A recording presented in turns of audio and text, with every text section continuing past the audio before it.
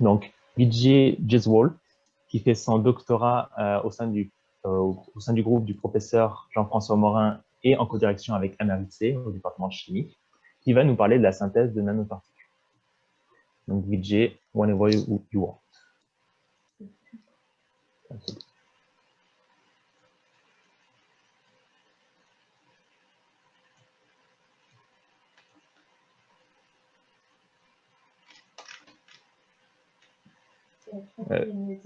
Vijay, we cannot hear you. And it's not the good presentation mode. And we're seeing the presenter's mode. Okay. Okay, now. Still the same.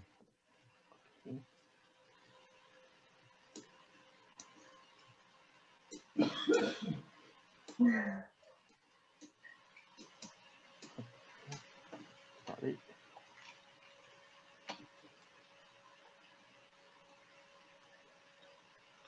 Yes. Okay, now it's good. Hello everyone, I'm here to present my PhD project on synthesis and characterization of shape and size tunable carbon nanoparticles. This is my plan of presentation, introduction, objectives, and carbon nanoparticles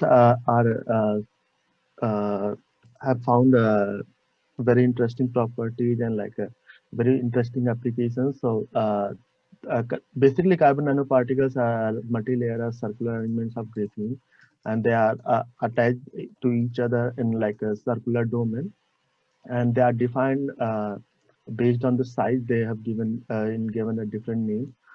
If they are less than 10 nanometers, they are called carbon dots or carbon quantum dots, depending on the morphology. And if they are more than 10 nanometers, they are called carbon nanoparticles. They are found in different shapes and also, so based on different shapes, they have different names, like tubular nanoparticles, spherical carbon nanoparticles, or hollow carbon nanoparticles, depending on different morphologies. And they have found different use based on different properties. Based on their functionalization or chemical inertness, they have found they can be utilized in sensors, catalysis. Their photoluminescence properties are very interesting for solar cells, LEDs. Their biocompatibility makes them suitable for bioimaging, and their electrochemical properties make them suitable for energy storage, energy conversion applications. There are currently several methods used to synthesize carbon nanoparticles, like physical methods or organic methods. And both these methods, like physical method takes it's like a high yield method, but it uses very harsh conditions, so the resulting nanoparticles are not very good. And organic methods is very time consuming and it gives very low yield, but it gives a better control over the structure and property. So there's another method which has been used. It's called like hybrid method. So here we take a small molecule which can be easily made in the lab and give us moderate conditions like a heat, pressure, or self-assembly or UV radiation, and it polymerizes into a different type of carbon nanomaterial. This method has been used previously in our lab to synthesize carbon nanoparticles using the dispersion polymerization method. And there they were able to control the size of nanoparticles using the monomer loading. And there we were using dyed TMS benzene, but the benzene was making is a very stable group, so it was making it difficult for nanoparticles to decompose.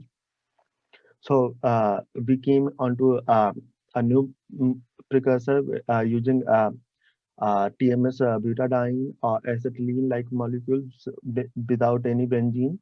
So and we think using this molecule, we can synthesize carbon nanoparticles with a very good control over shape and size.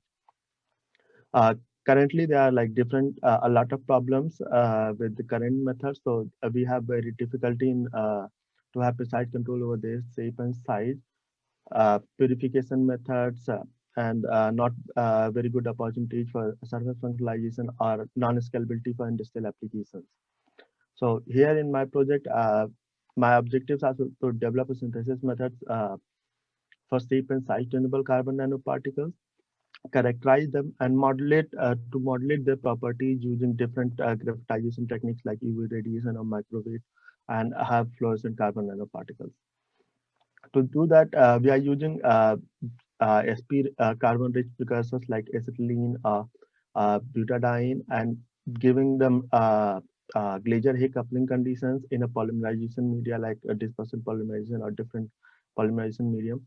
And we polymerize them, and with the nucleation and growth, these polyions attach to each other, coupled with each other, and make like simple alkyne, make a butadiene to octatetraene, and further they decompose into different carbon nanomaterials. And this we are using in this presentation, we are using dispersion polymerization medium.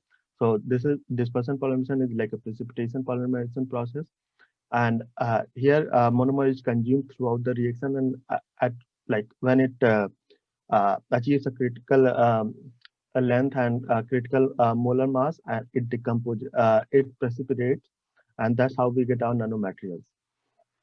To characterize, we are using different electron beam based or X-ray beam based techniques to get complementary information like this, and other complementary techniques like vibrational spectroscopy, optical, AFM, and DLS.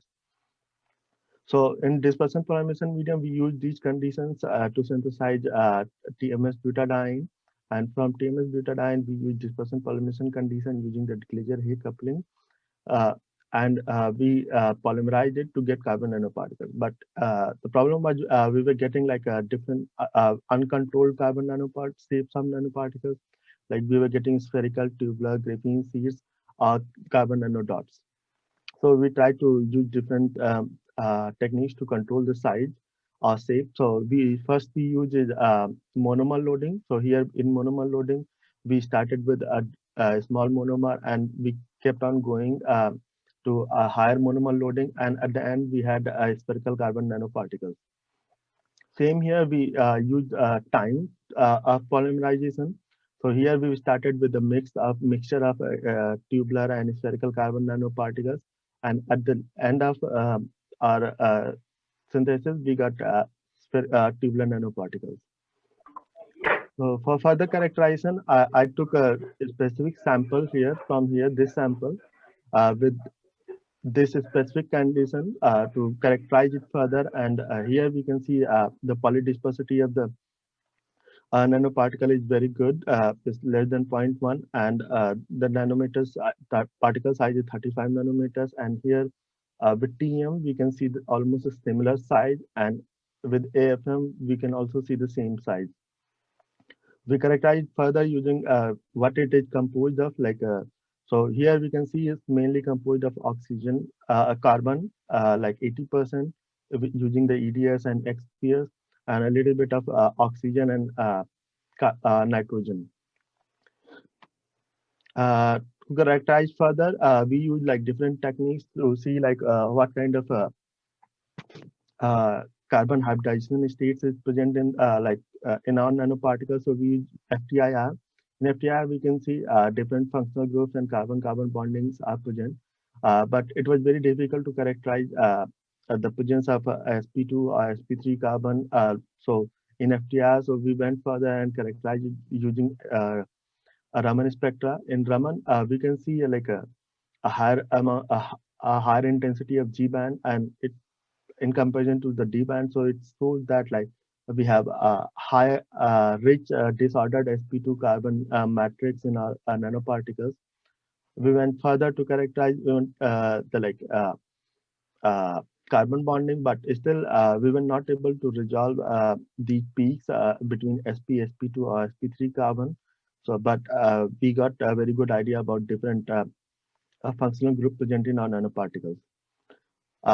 We use absorption and fluorescence spectra to characterize the optical properties. And here we can see in the carbon nanoparticles, there are two specific peaks are appearing at 277, 225, and 277 to 84, 90 range. And these were very mildly emission. They were showing mild fluorescent and just around the near UV range. So we used UV photochemical reaction to to graphitize them. So for that, we took a carbon nanoparticles synthesized previously and gave it disperse it in a solvent and put it under overnight under the UV light of this specific wavelength. And at the end, we had spheric fluorescent carbon nanoparticles. So here you can see the difference of new peaks appearing. So this blue spectra is showing after the graphitization in acetonitrile.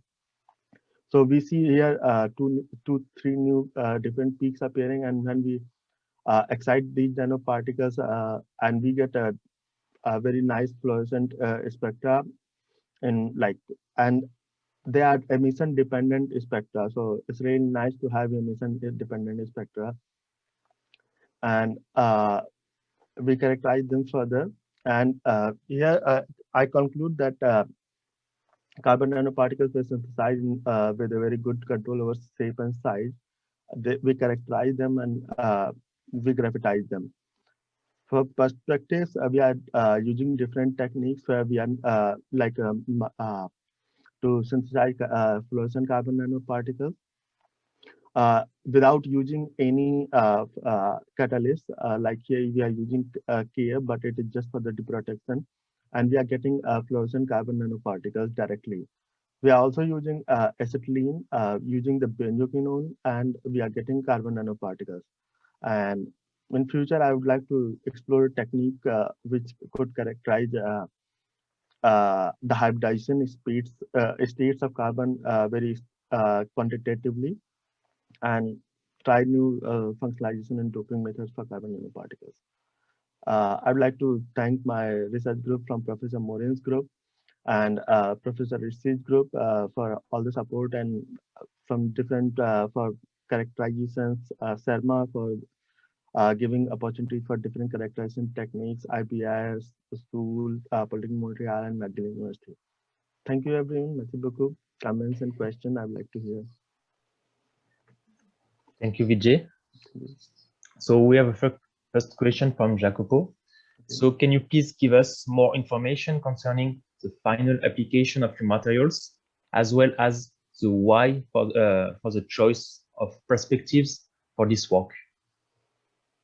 Okay, applications, since these are fluorescent, so we can use them for different bioimaging applications since they are fluorescent and they are not very toxic, so they are very suitable for biological applications like bioimaging or drug delivery. Ok, thank you. Yeah. Est-ce que ça répond à la question, Jacopo? Sinon, on attend. Très bien. Merci.